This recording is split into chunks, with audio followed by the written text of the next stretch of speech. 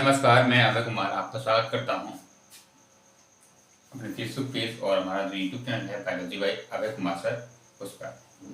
आज हम पढ़ रहे हैं बेटा स्त्री जन्नांग या जयांग। ठीक है, उसी में एक टॉपिक है बेटा, वो है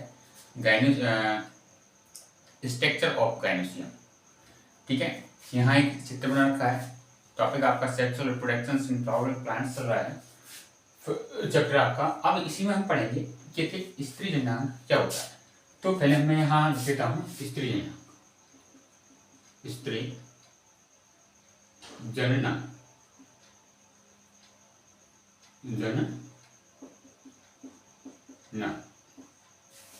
ठीक है। स्त्री जन्नांग में हम पढ़ेंगे बेटा कि ये होता क्या है। तो स्त्री जन्नांग को जयांग कहते हैं। नंबर फर्स्ट बात समझना, इसे ही हम क्या बोलते हैं बेटा, जयांग। जयांग कहते हैं। यह एक या अधिक अंडक से मिलकर बनता है। क्या? जयांग। ठीक है, या स्त्री जयांग। यह एक या अंडक, एक या एक से अधिक, क्या बेटा, एक से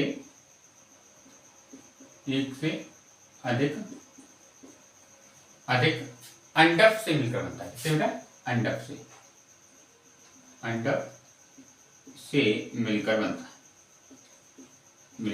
बनता है। ठीक है, एक प्रारूपी अंडक में 3 भाग होते हैं। ठीक है, हम देखो एक प्रारूपी अंडक है। ठीक है, ये चित्र बनाओ। इसमें कितने, एक प्रारूपी अंडक में कितने भाग होते हैं बेटा? 3 भाग होते हैं।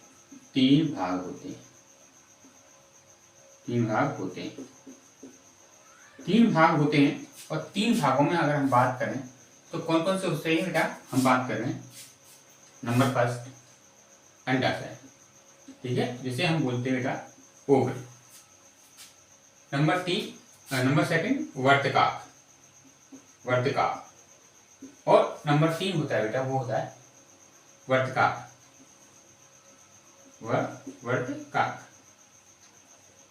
ठीक है, वर्तिकाक। अंडाशय क्या होता है बेटा? आधार का फूला हुआ भाग। ठीक है, तो ये लिखा हुआ आधार का फूला हुआ भाग क्या होता है बेटा? अंडाशय होता है, या अंडाशय कहलाता है। क्या? आधार का फूला हुआ भाग क्या कहलाता है बेटा? आधार का फूला हुआ भाग अंडाशय कहलाता है। अंडाशय कहलाता है। ठीक है, वर्तिका क्या है? वर्तिका क्या होता है ये देखो समझ कहलाता है। इसमें एक या एक से अधिक गोल सी रचनाएं होती हैं। क्या बेटा? अगर इनकी बात कर रहे हैं, इसी में बात कर रहे हैं, ये बात में पढ़ेंगे वर्तिका के वाला। इसमें क्या एक या एक से अधिक गोल रचनाएं होती हैं। गोल रचनाएं होती हैं। ठीक है, एक या एक से अधिक गोल रचनाएं होती हैं। तो इन्हें ही हम क्या कहते हैं? इन्हें वो हम क्या कहते हैं? बीजांड कहते हैं। क्या कहते हैं? इनको ही हम क्या कहते हैं? बीजांड कहते हैं। तो आशा करता हूं आपको ये अंडाशय वाला टॉपिक समझ में आया होगा। मैं एक बार चेक कर लेता हूं आपको प्रॉपर व्यू में दिख रहा है या नहीं दिख रहा है। ये सारी चीजें यहां से कंटिन्यू करता हूं। अब हम बात कर रहे हैं बेटा, ये आपको यहाँ पे परफेक्ट तरीके से दिख रहा है। निषेचन के बाद ये बीज में विकसित हो जाते हैं। क्या बेटा? निषेचन। ठीक है, निषेचन के बाद ये कितने बेटा बीज में कन्वर्ट हो जाते हैं, या हम बोल सकते हैं बीज में विकसित हो जाते हैं, डेवलप हो जाते हैं, विकसित हो जाते हैं।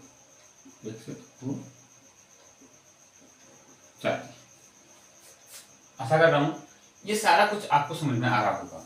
ठीक है, अंडाशय में लगी हुई एक पतली व वृत्त के समान पराकरट विकसित हो जाते हैं। अंडाशय में लगी हुई एक पतली व वृत्त के समान वर्तिका होती है। अब इसे बोलते हैं हम स्टाइल। ठीक है, अब ये वाला टॉपिक आपको समझ में आया। अब हम बात कर रहे हैं वर्तिका की। किसकी बेटा? वर्तिका। आशा कर रहा हूँ सारे टॉपिक आपको बारीकी से मजेदार समझ में आएंगे। ठीक है, आप टेंशन ना लें, सारी चीजों को अच्छी तरीके से समझाएं। आप कह रहा है ये अंडा से लगी हुई है पतली। ठीक है, ये क्या है? वर्तिका। वर्तिका को समझ रहे हैं? ये किससे बेटा? अंडाशय से लगी हुई है। अंडाशय से एक पतली संरचना निकलती है। कौन सी बेटा? पतली संरचना। ठीक है, पतली संरचना निकली हुई है और इसे ही हम क्या बोलते हैं? एक पतली व वृत्त के समान वर्तिका होती है। ठीक है, पतली संरचना होती है, इसे ही हम वर्तिका कहते हैं। क्या कहते हैं बेटा? वर्तिका कहते हैं। ठीक है, वर्तिका कहते हैं। वर्तिका के शीर्ष पर गोल चिपचिपा क्या होता है? स्टिग्मा।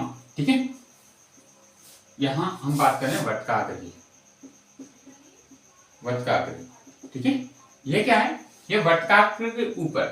किसकी बेटा? वर्तिकाग्र के ऊपर। ठीक है, एक चिपचिपे पदार्थ में, ठीक है, गोल चिपचिपा वर्तिकाग्र होता है। परागण के समय परागकण सर्वप्रथम वर्तिकाग्र से ही क्या होते हैं? परागकण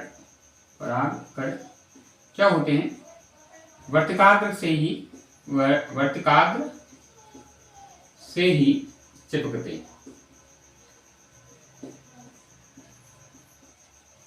चिपकते हैं। समझने का वो करना। ठीक है, स्त्री युग्मोद्भिद या मादा गेमेटोफाइट बीजांड के अंदर। ठीक है, क्या बेटा? मादा गेमेटोफाइट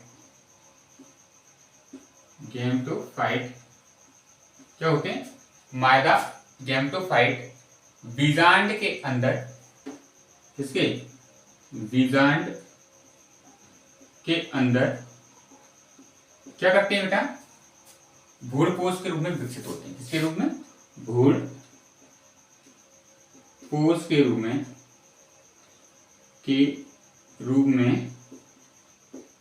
विकसित होते हैं। आशा कर रहा हूं कि बहुत अच्छी तरीके से मैं आपको सारी चीजें पढ़ा रहा हूं और आप पढ़ने में बहुत अच्छा वो कर रहे हैं ग्रोथ।